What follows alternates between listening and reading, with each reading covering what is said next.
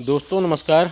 दोस्तों आप देख सकते हैं कि चूजे जो है आने ही वाले हैं और चूजे जो इस बार मंगवाए गए हैं दोस्तों वो हैं स्काईलार्क के। स्काईलार्क का जो चूजा होता है दोस्तों ये फ़िलहाल के लिए अभी जैसे कि गर्मी के लिए नहीं होता है दोस्तों, लेकिन अगर मैनेजमेंट बेहतर रखा जाए तो गर्मी में भी सर्वाइव कर जाता है। इसके लिए दोस्तों बहुत सारी ऐसी चीज़ें हैं जो स्काईलार्क चूजे को ज़रूरत होती हैं, जो शुरुआत के दिनों में ही दिया जाता है। अगर आप शुरुआती दिनों में नहीं चलाएंगे तो मान के चलिए कि इनका जो इम्यूनिटी पावर है वो ग्रो नहीं होगा, और अगर इम्यूनिटी पावर नहीं ग्रो होगा दोस्तों तो स्काईलार्क का चूजा जो है आपको गर्मी में रिस्पॉन्स नहीं देगा। इसके लिए आप लोगों को जो माइक्रोगार्ड करके दवा आती है दोस्तों उसको चलाना बहुत ही कंपलसरी है, क्योंकि गर्मी में जो ये चूजे हैं ये चूजे गर्मी में सरवाइव नहीं कर पाते हैं। इसीलिए पहले शुरुआत से ही आप लोगों को इन सारी चीज़ों का ध्यान रखना होता है कि कौन सी दवा कब चलानी चाहिए। अगर आप लोग इस चीज़ का जानकारी रखते हैं तो इस चूजे को आप पाल सकते हैं। जैसे अभी पिछले दिनों में मेरे कई सारे दोस्तों ने फ़ोन किया और बताया कि भाई स्काईलार्क आप पहले भी डालते थे और अब डाले हैं तो इस बार बहुत दिक्कत हो रही है।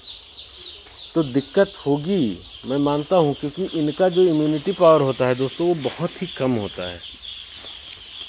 इनकी मोर्टेलिटी दर भी ज़्यादा है कॉब के अकॉर्डिंग।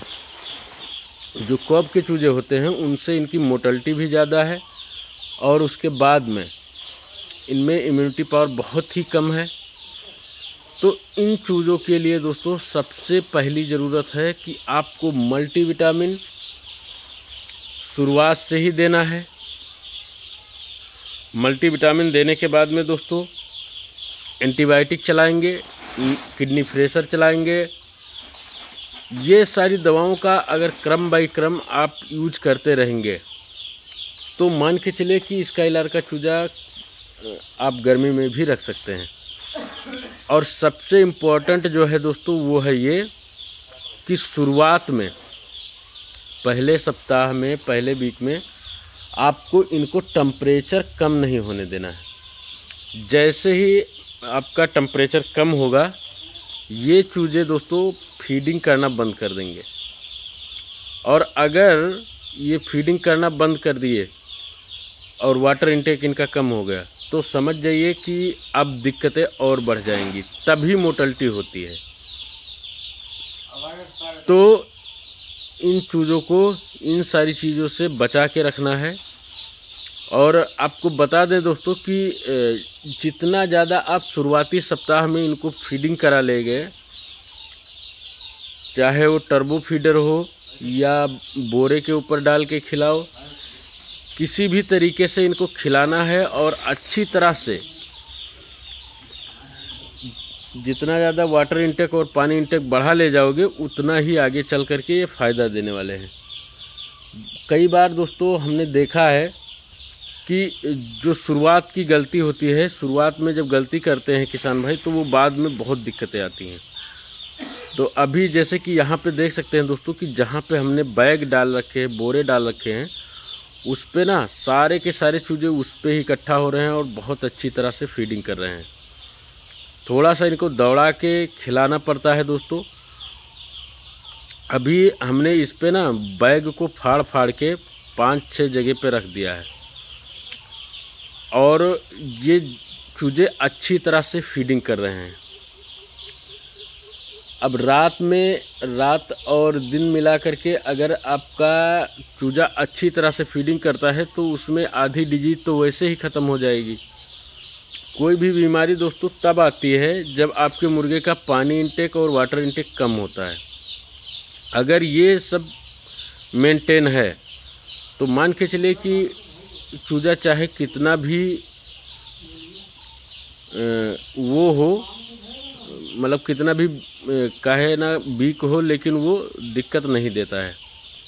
और वैसे भी दोस्तों आपको हाफ रेट में चूजा मिल रहा है। अभी आप अगर वेंकीज का लेने जाते या कॉब का कोई भी चूजा लेते तो वो मिलता आपको 42 रुपये में, 35 से लेके 42 रुपये के बीच में है। और ये वाला चूजा 14 रुपये का है दोस्तों। तो कितना अंतर हो गया।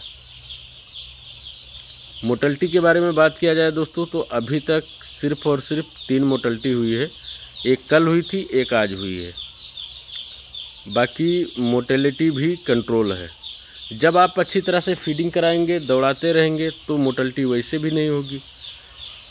तो इन सारी चीज़ों का अगर आप ध्यान रखते हैं दोस्तों, और समय रहते इसमें ना जंटा वगैरह का इस्तेमाल करते रहें, वैक्सीनेशन पूरा करें, तब जाके इन चूज़ों से आपको फ़ायदा होगा।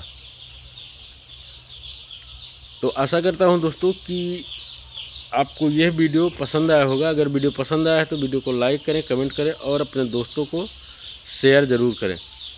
फिर मिलेंगे दोस्तों अगले वीडियो में किसी नई टॉपिक के साथ। तब तक के लिए धन्यवाद। Thanks for watching. Thank you so much.